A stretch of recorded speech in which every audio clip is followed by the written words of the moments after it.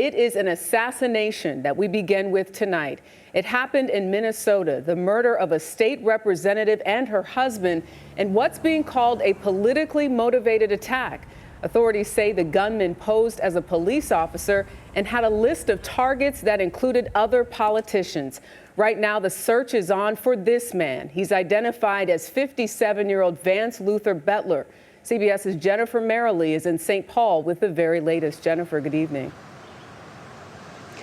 Good evening, Jerika. And a manhunt is underway as we speak for the suspect in this attack, whom authorities say posed as a law enforcement officer and drove what looked like a police car. He is considered armed and dangerous and may have intended to target other lawmakers.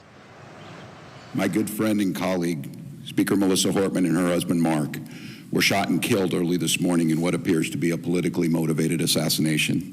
Law enforcement sources tell CBS News that 57-year-old Vance Belter is the suspect seen here in surveillance video in the two early morning shootings in suburban Minneapolis.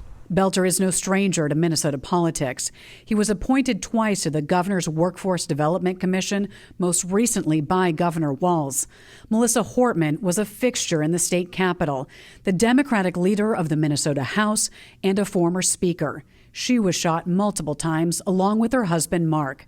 State Senator John Hoffman and his wife were seriously wounded.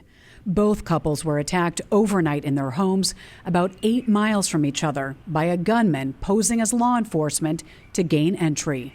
They were wearing a vest with taser, other equipment that would, a badge very similar to mine, that no question, if they were in this room, you would assume that they are a police officer. Police say Hoffman and his wife were shot first around 2 a.m. When police decided to check on Hortman's home as a precaution, they encountered the suspect and exchanged fire. He retreated into the house but escaped on foot through a back door.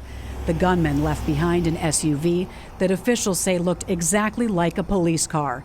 Inside the vehicle, a law enforcement source tells CBS News there was an extensive list of possible targets and the names of more than 50 individuals, including abortion rights advocates, abortion facilities, as well as the names of officials outside Minnesota. Also in the vehicle were a number of No Kings flyers. As a precaution, many of the marches in the state were canceled. But one scheduled here at the Capitol drew thousands of people who said they felt even more called to be here.